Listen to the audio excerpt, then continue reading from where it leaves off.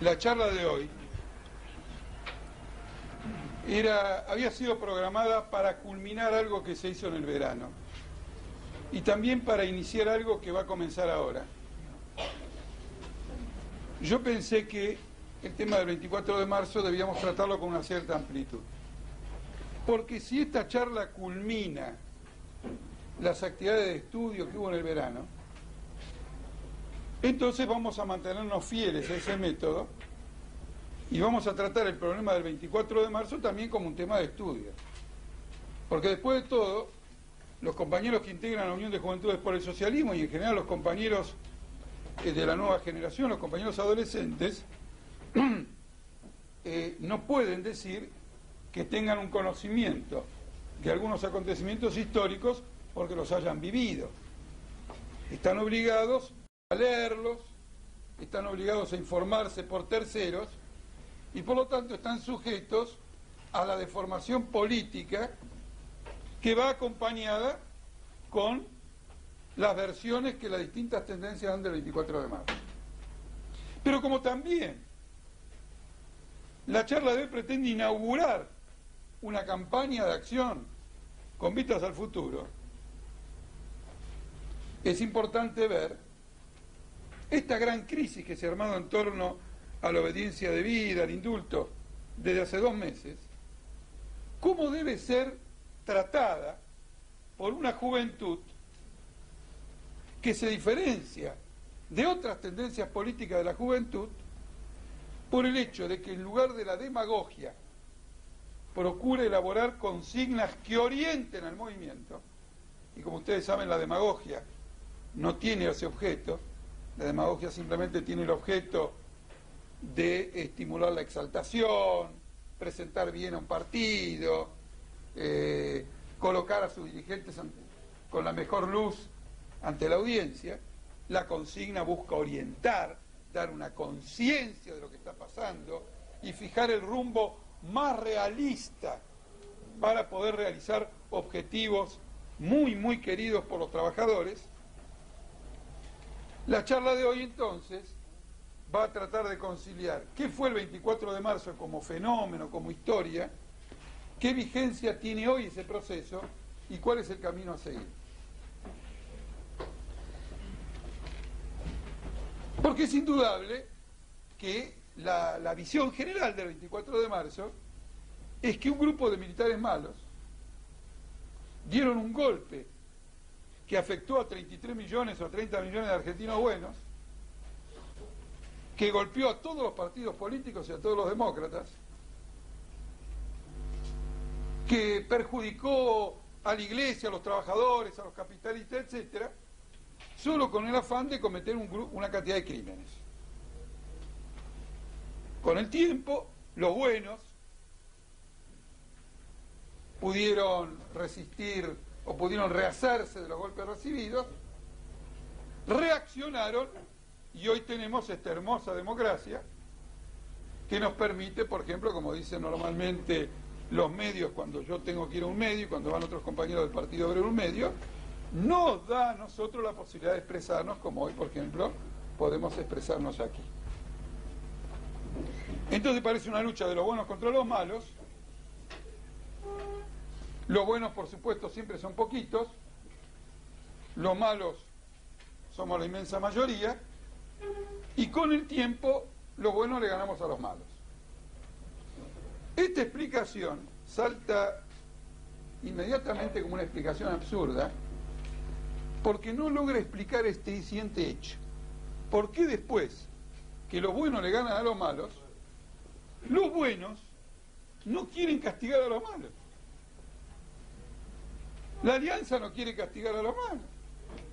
Los peronistas perseguidos por los malos no quieren castigar a los malos. Los socialistas que colaboraron con los malos, nombraron un embajador socialista, el diario La Vanguardia hacía propaganda a favor del régimen militar, tampoco quiere castigar a los malos, aunque otros socialistas, mientras La Vanguardia hacía propaganda para el régimen militar, otros socialistas eran torturados por la dictadura militar. ¿Por qué todos los buenos no quieren castigar a los malos? Si el golpe fue un golpe militar de un grupo de personas aviesas y de malas intenciones contra la inmensa mayoría del pueblo, que de acuerdo al folclore popular, la inmensa mayoría del pueblo es buena, tiene todas buenas intenciones y solamente quiere el bien común. Por eso es importante analizar históricamente el 24 de marzo. Y como ese análisis nos podría llevar un cierto tiempo, vamos a dividirlo por temas sustanciales. Primer tema. El 24 de marzo, que es un golpe militar, reaccionario, proimperialista, como lo vamos a ver después, se ha transformado, y fue en su momento, la expresión más acabada del agotamiento total y completo del peronismo en la República Argentina. Y yo diría que esta conclusión es la más importante con relación al 24 de marzo. Le pone fin al peronismo como movimiento con capacidad de presentar propuestas de transformación en el país. Un reciente artículo en Prensa Obrera del Partido Obrero decía que el peronismo es un cadáver insepulto. ¿Qué quiere decir? Hay cosas que en la realidad demoran en desaparecer. Y los superficiales dicen que puesto que aún continúa, tiene vitalidad. No es así en la historia. En la historia, movimientos que ya no tienen ninguna vitalidad, aún pueden permanecer en el tiempo, pero no tienen más ninguna capacidad de hacer propuestas de transformación. Son un peso muerto en los pueblos en los que actúan. Y como movimiento histórico, cuando lo fue en alguna vez, ha quedado agotado. ¿Cuál es la importancia que esto tiene para un trabajador? Que se ha quedado agotado y hay que superarlo. En cambio, si yo digo que no, que ha quedado agotado porque sigue viviendo, nadie se va a plantear la tarea de superarlo. Y si nadie se plantea la tarea de superarlo, tenemos un cadáver que aún no ha sido enterrado y que en lugar de empujar por la transformación del país, echa malos olores sobre el conjunto de la nación, indulta asesinos, entrega a la nación, hambre a los trabajadores, mete la flexibilidad laboral y crea 4 millones de desocupados. Cuando una cosa podrida no desapareció, el efecto de su supervivencia es una serie de daños, de golpes contra la nación. ¿Por qué motivo el 24 de marzo marca este agotamiento total del peronismo? Porque naturalmente ustedes no lo vivieron, pero el problema político del país, desde el 16 de septiembre de 1955, cuando un golpe militar derroca a Juan Domingo Perón, el problema político del país, desde ese momento en adelante, es el problema de qué hacer con el peronismo, que se encuentra proscripto y que tiene a su líder exiliado. Y la bandera política del peronismo es que los problemas de la nación solo se podrán arreglar con la vuelta de Perón. Para muchos sectores juveniles, para sectores de la izquierda e incluso para sectores trotskistas, como vamos a ver ahora, la consigna más importante entre el 55 y el 72 fue la vuelta de Perón. Esta consigna de la vuelta de Perón hay que analizarla un poquito. Para que alguien vuelva, tiene que haberse ido. Y cuando uno examina las condiciones en las que se fue Perón, resulta claro que Perón no tiene ninguna gana de volver. Porque Perón se va en 1955 cuando un golpe militar virtualmente derrotado lo derroca. El golpe militar que tiró abajo a Perón no fue un golpe triunfante, fue un golpe derrotado. La masa popular apoyaba al gobierno peronista y el ejército había logrado aislar el levantamiento militar en Córdoba y estaba en condiciones de aniquilarlo. Por eso Perón se va a ir de la Argentina, no por culpa de un golpe militar, sino tomando como pretexto un golpe militar. que no es lo mismo. Por ejemplo, Salvador Allende en Chile no dejó el gobierno tomando como pretexto el golpe de Pinochet, sino porque el golpe de Pinochet derrocó al gobierno de Salvador Allende y mató a Salvador Allende. ¿Está claro o no? Salvador Allende no se quería ir del gobierno, aunque cometió muchos errores Salvador Allende, y llevó adelante una política que favoreció el golpe militar. Nombró a Pinochet, desarmó a los trabajadores, fortaleció al ejército, le dio servido el golpe militar a la derecha. Cuando el golpe militar se produjo, él lo resistió. Y entonces el golpe militar lo derrocó. A Perón no lo derrocó ningún golpe militar. Perón tomó como pretexto un golpe militar para renunciar y exiliarse con un argumento que él mismo lo dio y que cierra el debate sobre la cuestión. No quiero el derramamiento de sangre entre argentinos.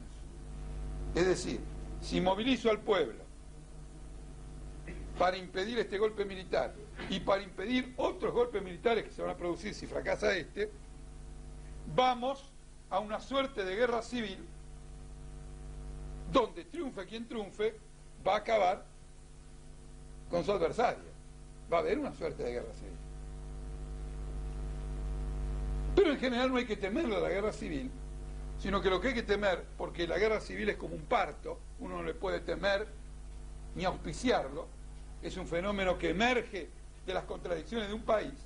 Entonces, así como un médico no trata de evitar un parto, sino que la ciencia médica procura encontrar todos los medios para hacerlo menos traumático, menos doloroso y que no provoque, como provocaba en el pasado, la muerte de la madre del chico, cuando se anuncie una guerra civil, hay que tratar de que el bando de la clase obrera se encuentre tan unido, tan fortalecido y tan claro que de un golpe liquide la guerra civil.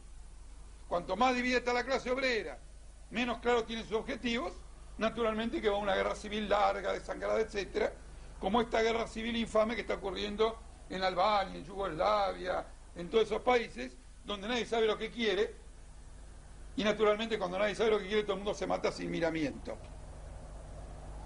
Entonces Perón lo que hace es desarmar a los trabajadores, hacerles confiar en que él puede conducir la victoria contra el golpe militar, mientras en realidad está pactando con el alto mando peronista el abandono del país. Y los trabajadores son entregados al golpe militar por el peronismo. En realidad Perón, detrás de la frase "no quiero derramamiento de sangre", lo que no quería era la victoria de los trabajadores. Porque aún en septiembre de 1955 la relación de fuerzas era más favorable a la clase obrera que a la propia reacción. Entonces, como no quería una victoria de los trabajadores, se dio ante el golpe militar. Cualquier estudio que ustedes hagan les va a probar que el levantamiento militar del general Lonardi en Córdoba estaba derrotado, pero no por las masas obreras, sino incluso por el ejército argentino, que en aquella época todavía tenía un alto mando peronista. Ante las contradicciones que se vivían, ante la necesidad de aplicar programas de ajuste contra los trabajadores, enfrentar huelgas, choques, críticas del imperialismo, etcétera, Perón se va de la Argentina y entrega el país a un golpe militar. Por eso no se puede aceptar tan fácilmente de que Perón trató de evitar una guerra civil. Porque la consecuencia de la victoria de la derecha, la consecuencia de la victoria de los golpistas, la consecuencia de la victoria del imperialismo norteamericano, ¿cuál fue? En 1956, la masacre de José León Suárez contra trabajadores peronistas, que ustedes pueden leer en un libro que se llama Operación Masacre de Rodolfo Walsh, o también en una película que se llama Operación Masacre, basada en Rodolfo Walsh. La aplicación por Frondizi, el presidente que viene después del golpe militar, del plan Conintes, que es un plan de militarización de la clase obrera. ¿Qué quiere decir un plan de militarización de la clase obrera? Quiere decir que cada vez que un obrero hacía huelga, el presidente de la República tenía derecho a colocarlos a los soldados bajo el estatus de soldado, a colocar a los trabajadores bajo el estatus de soldado. El trabajador dejaba de ser un trabajador y pasaba a ser un soldado. Por lo tanto, él tenía que trabajar acatando la orden del alto mando militar como si fuera una guerra contra no sé quién que tiene que acatar. Entonces, por ejemplo, a fines del año 58, una huelga petrolera, y al lado de cada obrero había un soldado en Mendoza, vigilando que el soldado trabajara. O una huelga ferroviaria y el ejército tomó el control de los ferrocarriles. Además, como el plan Conintes es un plan que autorizaba a suspender, en cierto modo, la Constitución, aún en ausencia de razones para suspenderla, permitía el allanamiento sin orden judicial, la detención sin orden judicial, sin tiempo, etcétera, etcétera. Es decir, como ustedes ven, la guerra civil no se detuvo. Hubo una política de represión absolutamente implacable. Un compañero mío del secundario, que después se transformó en un activista metalúrgico muy importante, Felipe Vallese, fue torturado y asesinado para enfrentar la resistencia de los obreros metalúrgicos. Y así sucesivamente viene el golpe de Estado de Onganía, el golpe de Estado de Videla, aunque se produce 18 años después del derrocamiento de Perón, el golpe de Estado de Videla, con los 30.000 desaparecidos, es una demostración de que Perón no evitó el derramamiento de sangre de los argentinos cuando se dio el poder político a la derecha. Yo quiero insistir en este punto porque la pavada que tiene más popularidad en este país y en todos los países es que el mundo sería maravilloso si no hubiera extremistas. Son los extremistas de izquierda, con los extremistas de derecha, que se complotan para joderle la vida a los pueblos. Entonces, si uno liquidara a los extremistas de derecha y liquidara a los extremistas de izquierda, todos los pueblos vivirían en paz. En algunos países en que se pudo hacer la experiencia, después de liquidar a los extremistas de izquierda, porque realmente los extremistas de derecha no se liquidan nunca, después de liquidar a todos los extremistas de izquierda y considerar que, bueno, ya tendría que haber paz, vuelven a reaparecer todos los conflictos que dieron lugar al conflicto anterior por el cual echaron la culpa a los extremistas de izquierda. Los conflictos en una sociedad no emergen por el complot de izquierdistas o derechistas, sino que emergen por los antagonismos y contradicciones en que se desenvuelve esa sociedad. Y mientras que los políticos intermedios tratan de no resolver nada y tapar todos esos problemas, aumentando la presión de la caldera, agravándolos, como toda cosa que en lugar de resolverse se dilata en el tiempo, se agrava, el político de izquierda, cuando es consecuente, señala agudamente la causa del problema y le establece un remedio. Por eso la sociedad solamente se encuentra auténticamente representada en estos momentos de polarización en que la izquierda consecuente puede mostrar a la luz del día que su programa es el único adecuado para superar los problemas que vive una sociedad. No es cierto que la izquierda consecuente crece a río revuelto, sino que los que crecen a río revuelto son los políticos intermedios como de la Rúa, Meijide, Menem, etc. Ellos crecen porque ellos crecen en el ambiente de confusión de la sociedad. No es cierto que la izquierda consecuente crece a río revuelto, sino que los que crecen a río revuelto son los políticos intermedios como de la Rúa, Meijide, Menem, etc. Ellos crecen porque ellos crecen en el ambiente de confusión del río revuelto, en el ambiente de ignorancia del río revuelto, en la falta de claridad del río revuelto. Cuando los pueblos logran concretar una experiencia histórica y sacar una conclusión, y entonces el río deja de estar revuelto, la izquierda revolucionaria emerge naturalmente como la conducción de la nación. Es al revés de lo que dice la propaganda oficial. Perón entrega el poder por esta causa. Entonces, quien entrega el poder, ¿qué voluntad puede tener de volver?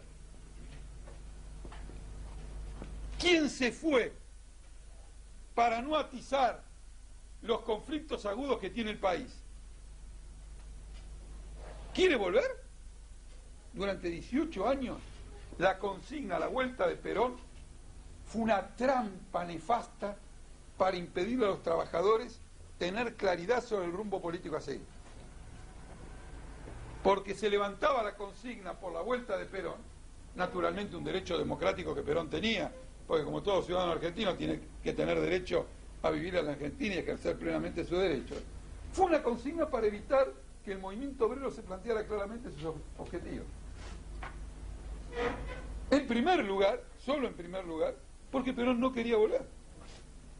¿Para qué iba a volver? Si él se fue porque quiso. Si se fue sin luchar, ¿va a luchar para volver?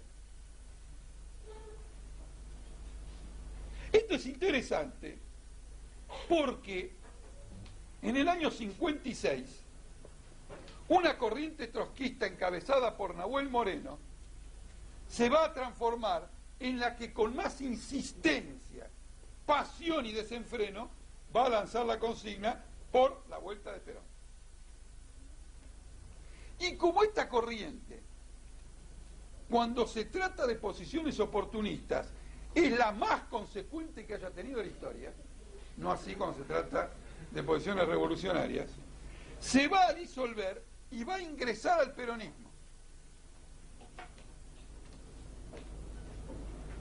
Y se va a declarar una tendencia más del movimiento peronista, con la consigna de la vuelta de Perón. Como yo no voy a hacer referencia en toda la charla, como en general creo que no lo hago en toda la vida, a ningún tema por razones faccionales, ¿por qué cito esto del morenismo? Porque en aquel momento en que empiezan a surgir las primeras ideas de lo que después va a ser el Partido Obrero, los militantes que actuábamos en aquella época, sin que el Partido Obrero existiera, teníamos una posición contraria a la consigna de la vuelta de Perón. Y dijimos algo, y teníamos 20 años, que fue una maravilla, porque nos armó para militar un cuarto de siglo. Perón solo va a volver a la Argentina cuando tenga que detener una revolución obrera. ¿Se entiende? No va a volver para impulsar una nueva causa popular, sino que recién va a volver cuando la causa popular, que progresó a pesar de él, se desenvuelva y no quede más recurso que Perón para estrangularla.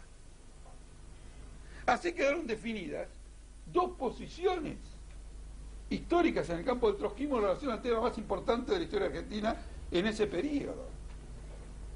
Permítanme que les haga una reflexión adicional. Ustedes saben que grupos trotskistas hay tantos como variedades de flores.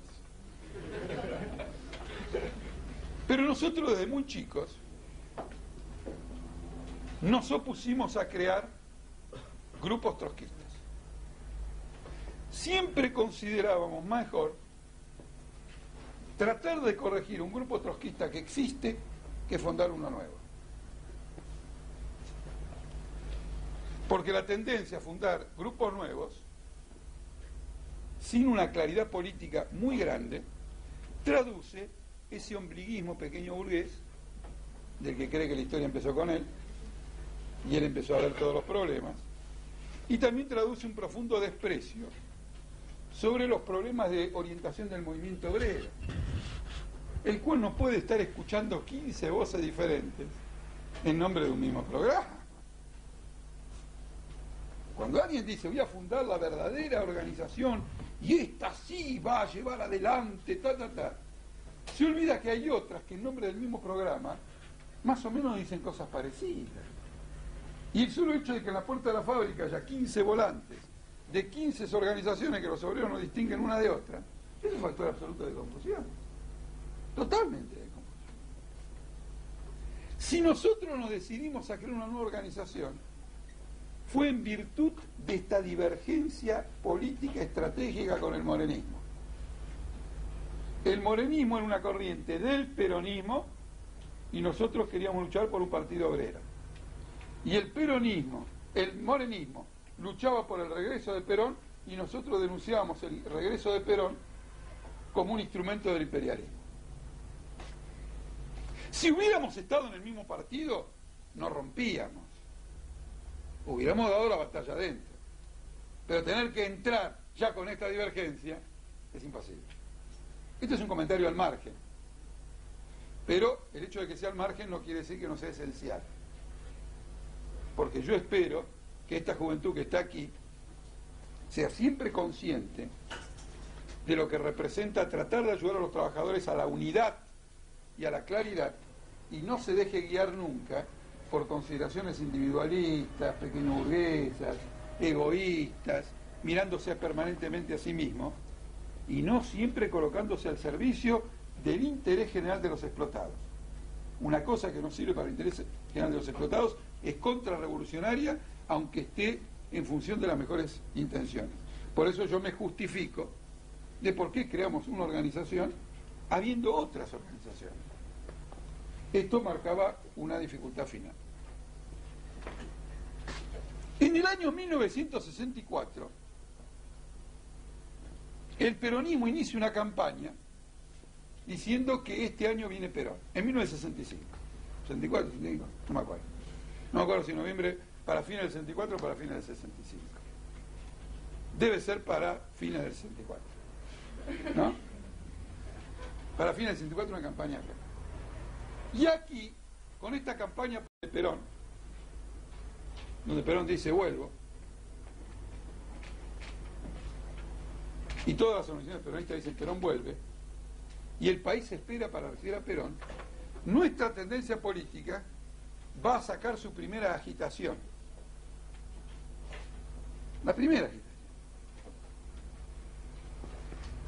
Y entonces Perón vuelve. Nos equivocamos. Tenía razón los demás. Vuelve para impulsar la lucha del pueblo. Entonces, nosotros sacamos la primera agitación con la consigna, con el título que decía Perón no vuelve. Y digo, ¿ves? Todo el mundo dice que vuelve, Perón dice que vuelve, Mongo dice que vuelve, Tirindongo dice que vuelve. Pero en el país no hay ninguna revolución en marcha. ¿Para qué quiere la burguesía que Perón vuelva? No quiere que vuelva. ¿Para qué va a querer?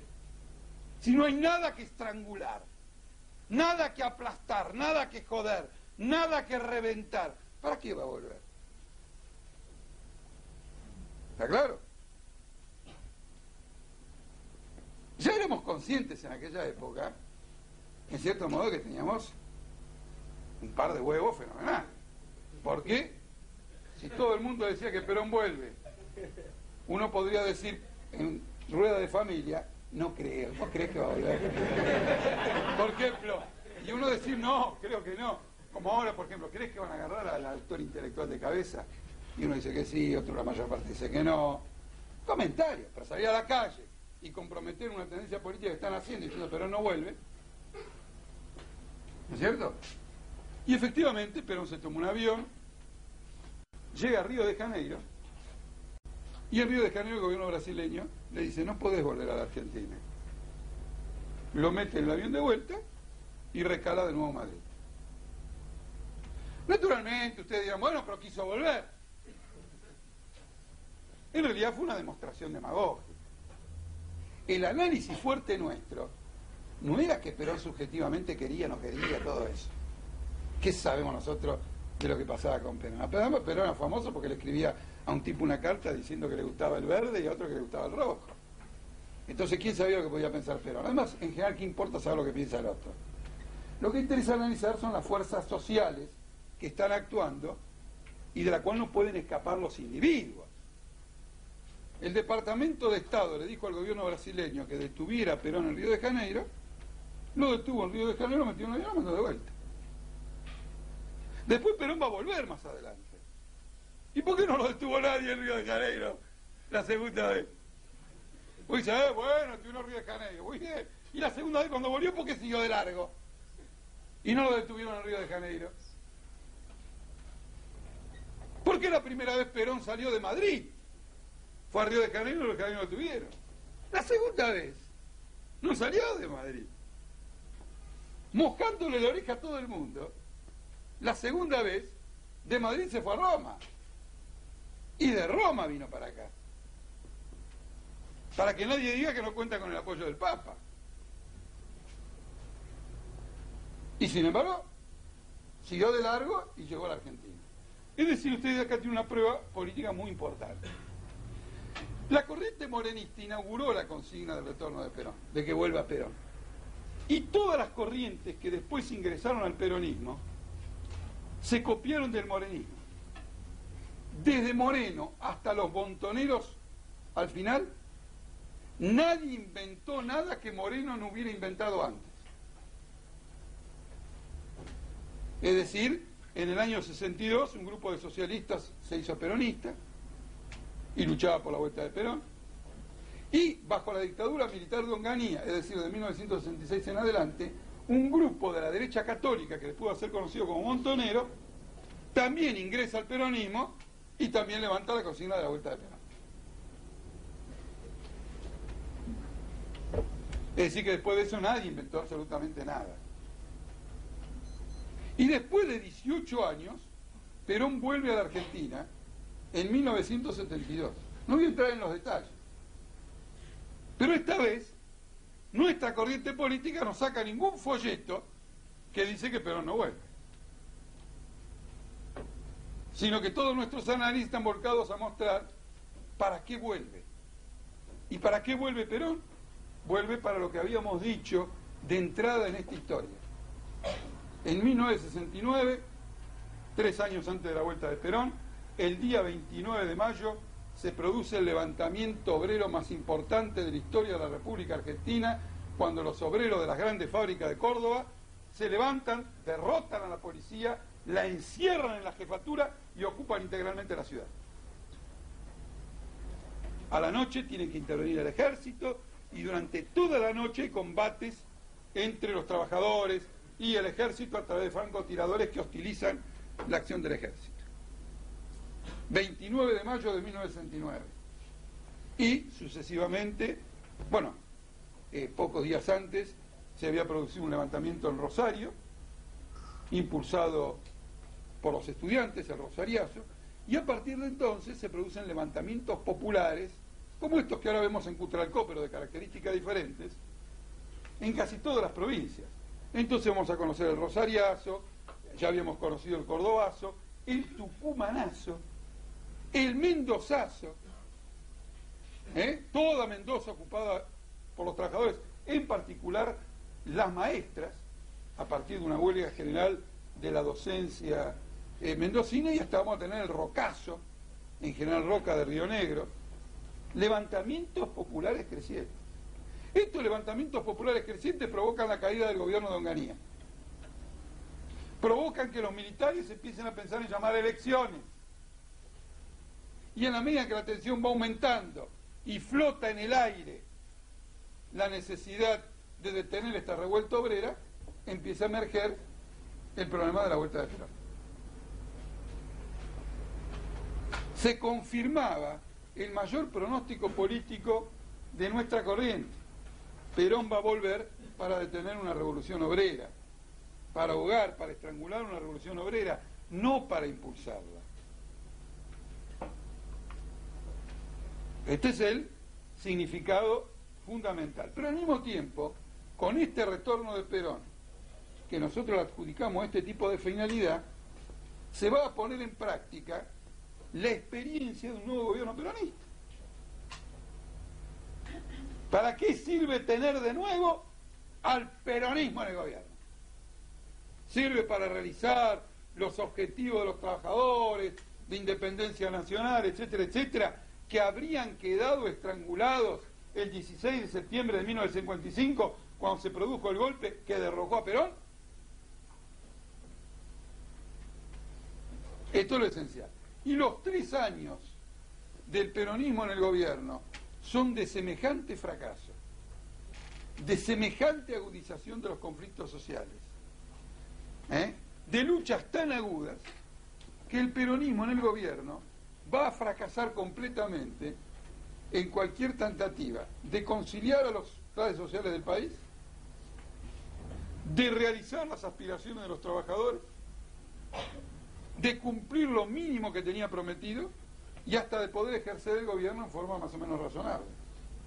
Por eso el golpe de Estado del 24 de marzo de 1976 es la expresión de la total incapacidad del peronismo para gobernar en términos progresistas, y por lo tanto para cumplir un papel transformador, que fue lo que le dio su lugar histórico en Argentina, cuando a partir de 1945, cuando surgió, comenzó a realizar toda una serie de transformaciones. En el campo del movimiento obrero no solo se habían producido cordobazos, tucumanazos, etcétera, etcétera, sino que también en las filas obreras se había producido un cambio. Por ejemplo, grandes fábricas de Córdoba habían pasado al campo del clasismo y habían abandonado el peronismo. En el año 70 pasó con la fábrica Fiat. En el año 72 pasó con el conjunto del sindicato mecánico. En muchas fábricas las comisiones internas eran de izquierda o de elementos revolucionarios. Este proceso era el que había que estrangular. Este proceso era el que había que liquidar, y por eso vuelve Perón. Yo creo que es muy oportuno, en un análisis del 24 de marzo, trazar, porque esto es lo que significa el 24 de marzo, el balance del peronismo, porque aún ahora sigue siendo la piedra de confusión, no voy a decir en muchos sectores del movimiento obrero, pero por lo menos del cual se valen muchos dirigentes para introducir una gran confusión en el movimiento obrero.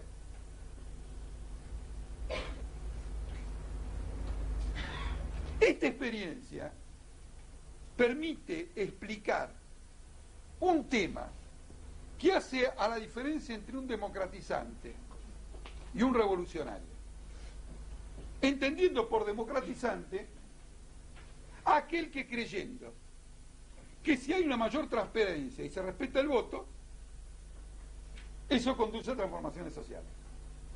¿Se entiende? El democratizante dice así: si la gente vota y no hay corruptos, desaparece la miseria con el tiempo. Eso es un democratizante. Si yo hago cambios en la forma, eso termina provocando cambios en el contenido. ¿Está claro? Eso es un democratizante. Por eso Alfonsín dice que con la Constitución se come. ¿Ven? Si rige la Constitución, uno come. Si no rige la Constitución, uno no come. El revolucionario dice que rija la Constitución o no rija la Constitución, uno no come igual. Que en lugar de que la democracia le dé de comer a la gente, cuando la gente impone las condiciones sociales que le garantizan la comida, hay democracia. Al revés. Es decir, si la clase obrera toma el poder, termina con la deuda externa, termina con el saqueo del país por el imperialismo, termina con la superexplotación de los trabajadores, eleva los derechos de los trabajadores, de educación, hay democracia.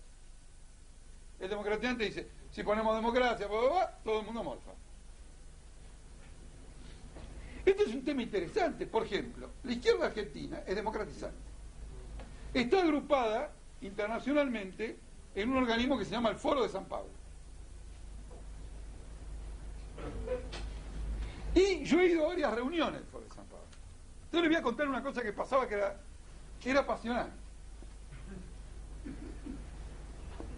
Cuando empezaba el foro había un informe que tenía que hacer un balance de la última reunión del foro a esta reunión del foro.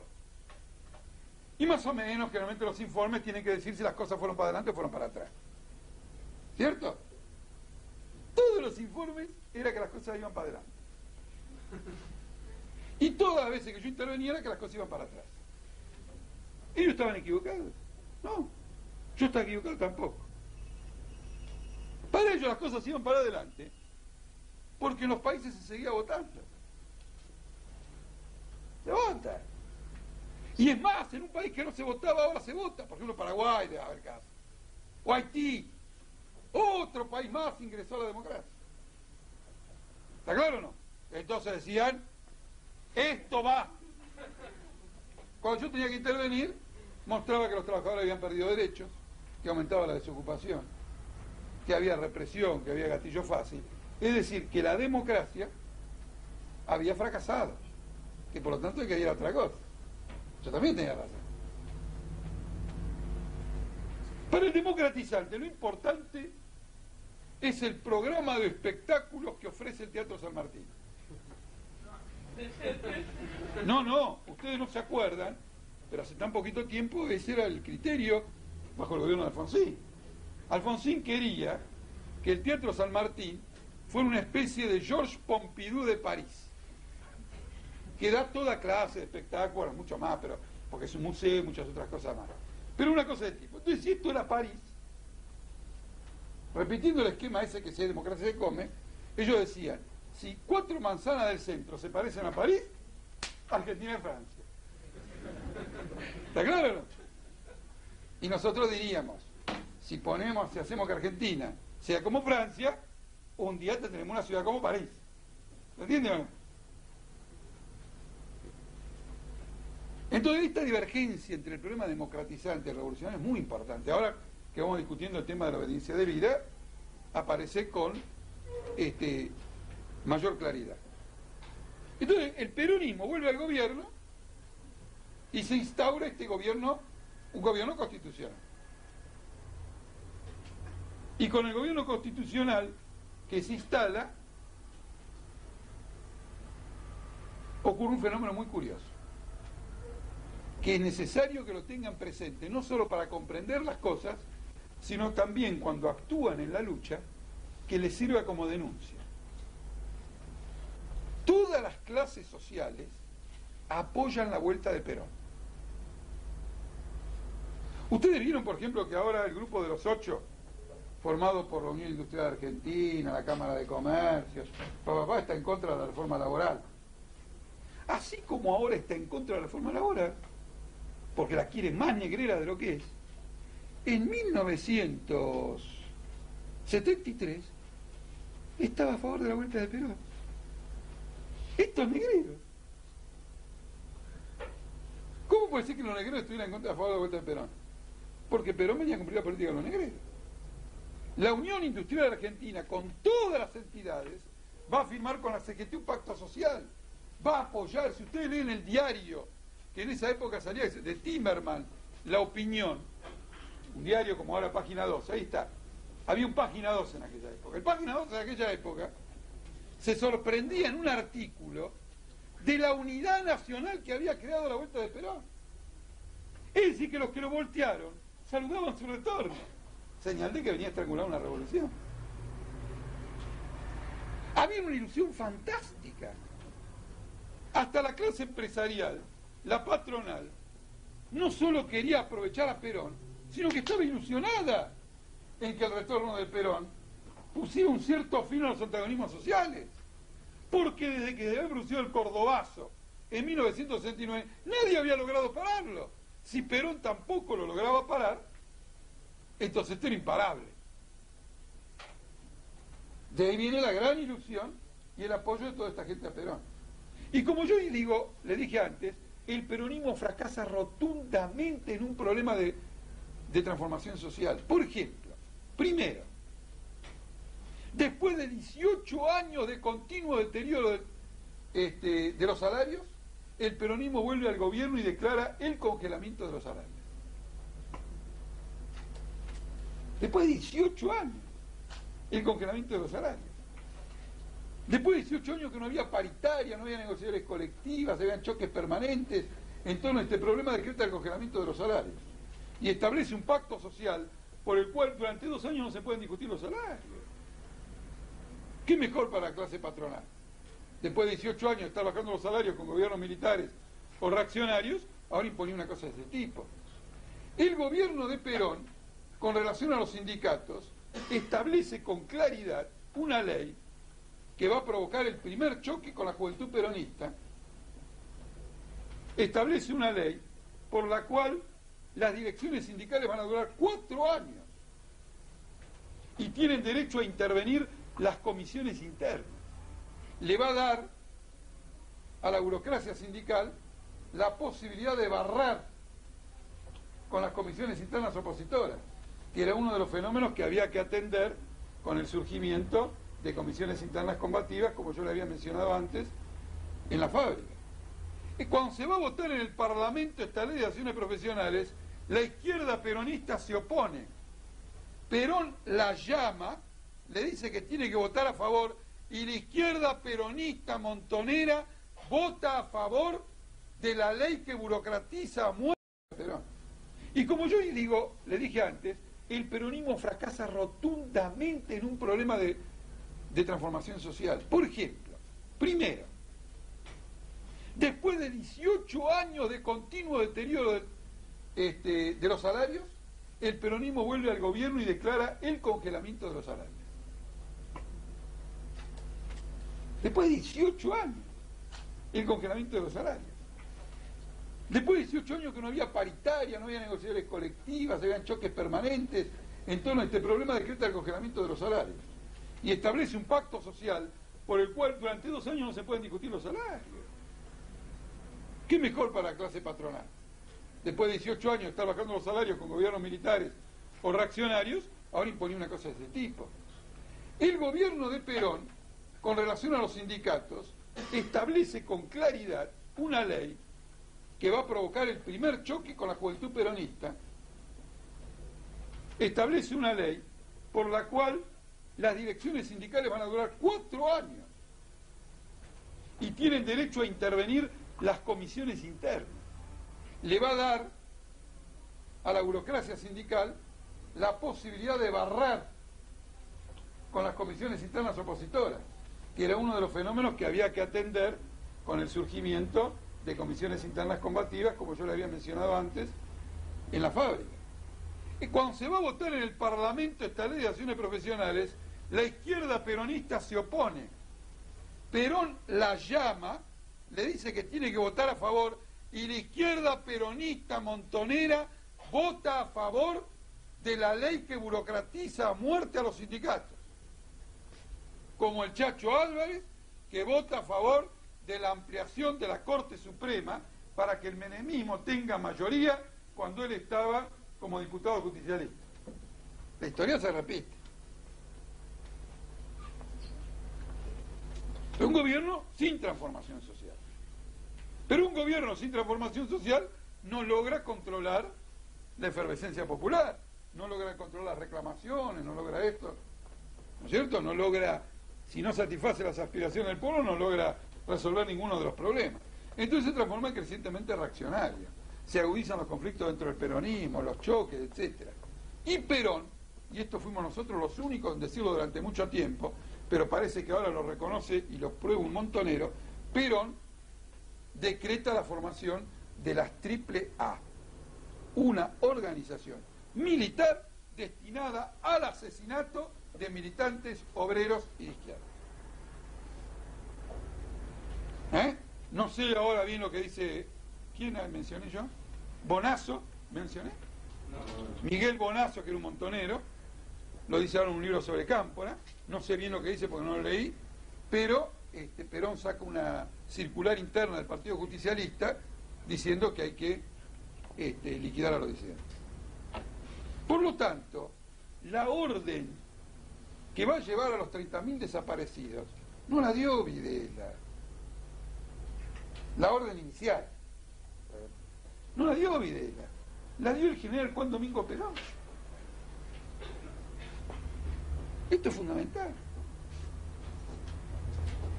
Perón monta en la provincia de Córdoba un golpe de Estado. Se dan cuenta como si Menem hiciera un golpe de Estado en una provincia. Él es el presidente y monta un golpe de Estado. Hace que el jefe de policía de la provincia de Córdoba se levante contra el gobierno de la provincia.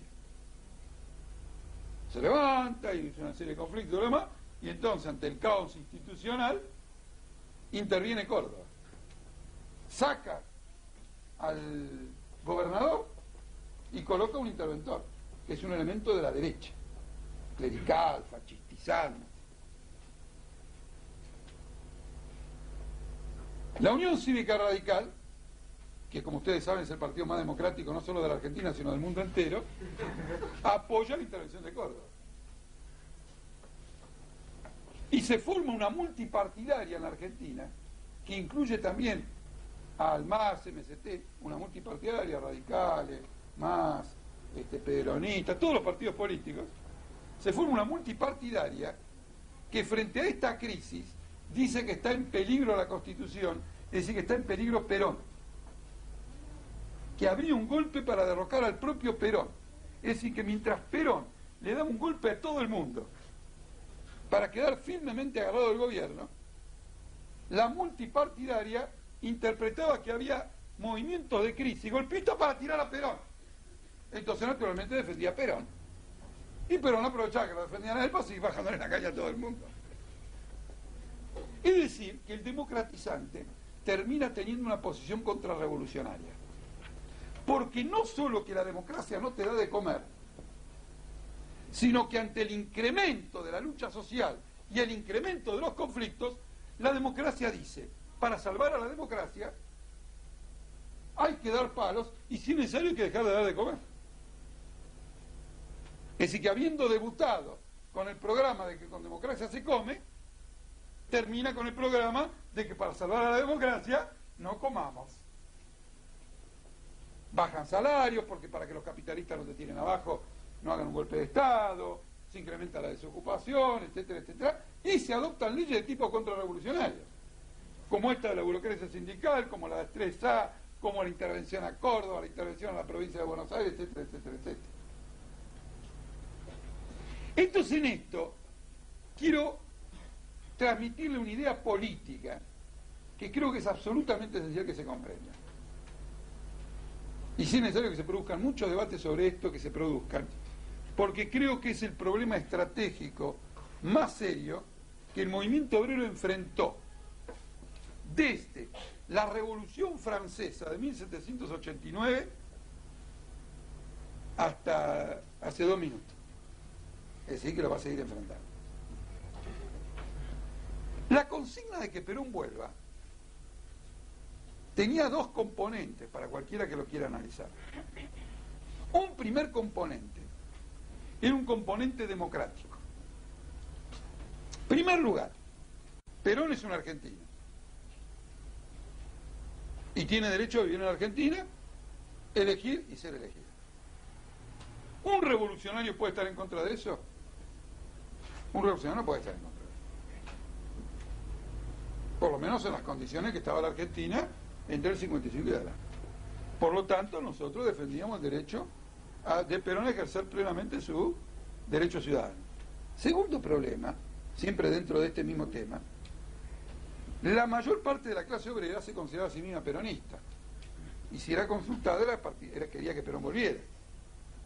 Por lo tanto, también era un anhelo popular. No solo el derecho individual de Perón, como el derecho a lo mejor que tenían los chicos, no sé, que se fueron a Canadá, que el padre lo mandó a Canadá y la madre protestaba acá, ¿no es cierto? No sé, el derecho que pudieran tener, individual, sino también el derecho colectivo de un pueblo que quería que vuelva Perón. ¿Está claro? Es decir, que acá teníamos una reivindicación de tipo democrático. La diferencia entre nosotros y todas las otras corrientes es que mientras nosotros podíamos defender la reivindicación democrática, no defendíamos ni a Perón, ni el programa de Perón, ni lo que Perón quería hacer, y denunciábamos lo que quería hacer y su programa.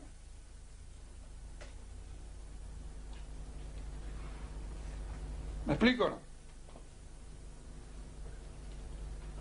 Es decir, tratábamos de mostrar a la gente que mejor que no venga. Pero que no venga porque el pueblo se opone, o porque el pueblo no quiere, o que si viene, el pueblo le dé la espalda, pero no porque una dictadura militar diga que no viene. Siempre tiene que ser una decisión popular. Y parece que persuadir. ¿Dónde está el problema acá? En que todos los días defendemos derechos democráticos en el marco del Estado actual, no confundir nunca la defensa de los derechos democráticos con el orden político en el cual todavía esos derechos democráticos existen. Nosotros defendemos el derecho democrático a juzgar a los militares, juicio y castigo a todos los culpables. Nosotros no defendemos al Poder Judicial argentino.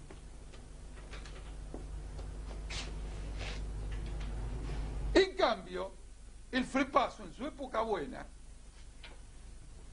defendía que se castigara a los militares porque tiene que regir el Estado de Derecho y la justicia. Ya hay una divergencia entre los dos. Este Estado de Derecho y la justicia es trucho. Somos partidarios de que se castigue porque cometieron un delito, porque sirvieron al extranjero, porque reventaron el país, porque explotaron a los trabajadores, porque reprimieron y porque mataron, pero no defendemos el orden judicial capitalista actual. Ellos defendían, igual que nosotros, el derecho al juicio y castigo, pero defendían también el Poder Judicial. Cuando la situación política se agravó y salieron los indultos, la obediencia de vida y todo lo demás, el FREPASO, ¿qué hace? Sigue defendiendo el Poder Judicial, sigue defendiendo el Estado de Derecho, pero ya no defiende más el juicio y castigo a todos los culpables. Porque si hubiera un juicio y castigo a todos los culpables, saltarían las instituciones políticas actuales. Primero saltaría el ejército, que se sentiría agredido y empezaría a hacer lío, entonces habría que atacar al ejército. Después los jueces le iban a mostrar una foto de cómo mataban a un tipo y debía decir, no, ese tipo es inocente porque es milisco. Entonces la gente iba a terminar colgando al juez. ¿Me explico? La mecánica que iba a llevar. Es decir, que al igual que con la democracia, por defender el orden político actual, el FREPASO abandona el juicio y castigo a todos los culpables. Nosotros no nos dejamos entrampar en eso. Reclamamos el juicio y castigo a todos los culpables, pero no sembramos ninguna confianza en los jueces. Los denunciamos como gente que ha sido puesta por el propio capital, que sirven al Estado que explota a los trabajadores. Esto es esencial, porque la juventud peronista de la época, junto con traer a Perón, defendía la perspectiva de Perón como alternativa. Y la consecuencia fue que cuando Perón llegó a la Argentina y pronunció su primer discurso, en ese primer discurso televisado le dijo a todo el país que las expectativas que había en él no se iban a cumplir, que él venía a otra cosa. Y eso va a provocar la gran crisis con la juventud peronista y después la lucha de los montoneros, de la ERP, etcétera, etcétera, etcétera. ¿Quién traicionó a quién? Este es un tema interesante. ¿Perón traicionó a la juventud peronista cuando dijo que no iba a cumplir las expectativas? ¿O la juventud peronista se autotraicionó a sí misma? En la historia de todos los movimientos como el de Perón, estos movimientos cuando están luchando en la oposición prometen el oro y el moro. Dicen que se van a comer viva la oligarquía, que no va a quedar ningún milico con vida, que esto va a ser una cosa terrible y todo lo demás. Una vez que toman el poder, una vez que han aprovechado para que una parte del aparato del Estado y la plata del Estado y de las colecciones del Estado sirva al interés social que ellos representan, ya no quieren más conflictos, ya no quieren armar más lío con nadie. Para Perón, el hecho de que él hubiera vuelto significaba que terminó la revolución peronista. Nuestra larga lucha de 18 años terminó. Stop. Y la juventud peronista quería empezar a la hora. Porque decía, bueno, ahora que volviste empecemos la revolución. No, dice, ahora que volviste terminó. Si el objetivo era que yo vuelva. Entonces, más que una traición de Perón, o además de una traición de Perón, está la profunda descomposición de la política de la juventud peronista, que hasta el día de hoy no la ha podido explicar. No ha podido explicarla. Ustedes no van a encontrar un solo miembro de la juventud peronista que lo explique. Por eso, la inmensa mayoría de ellos son ejecutivos ahora, o están en el gobierno, o colaboran hasta con los represores, o son amigos de Bungibón, porque no han podido entender el error fundamental. Si hubieran entendido el error fundamental, estarían militando el Partido Obrero en lugar de hacer fiestas en Punta del Este. pero no tiene más remedio que moverse en ese campo. Ustedes ven que yo estoy tratando de mostrar la tragedia de una fracción de la juventud argentina. Ustedes, como están sentados acá, tengan presente así como estaban sentados ustedes, pero exactamente igual. Hace 25 años había sentada otra gente de la misma edad, con jean y remera, tratando de entender todo lo que pasaba, y que decían que vuelva Perón. Y esa generación fracasó y fue liquidada incluso, físicamente aniquilada. ¿No es cierto? Pagando dramáticamente un error político a manos de un verdugo que siempre tuvieron que saber que era un verdugo. Eso es lo que hay que tener en claro, es decir, entender los problemas para no cometer los mismos errores. Otro problema interesante que se plantea a la luz de esto es lo siguiente. Como yo le dije a ustedes, a partir de 1969, la clase obrera argentina empezó a adquirir características muy revolucionarias, aunque no fuera masivamente, en sectores harto significativos. El golpe de Estado del 76 lo liquida. Significa una represión terrible, la liquida. En la historia, cuando estos fenómenos se produjeron, de que un movimiento revolucionario es liquidado, cuando el movimiento contrarrevolucionario empieza a hacer agua, vuelve a resurgir. ¿Se entiende? Lo que digo, una dictadura liquida un movimiento revolucionario, después pasa un tiempo, se liquida la dictadura y resurge el movimiento revolucionario. Acá no lo hemos visto resurgir el movimiento revolucionario.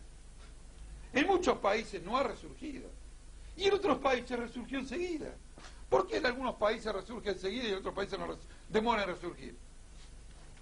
Yo les confieso que yo creí que iba a no demorar.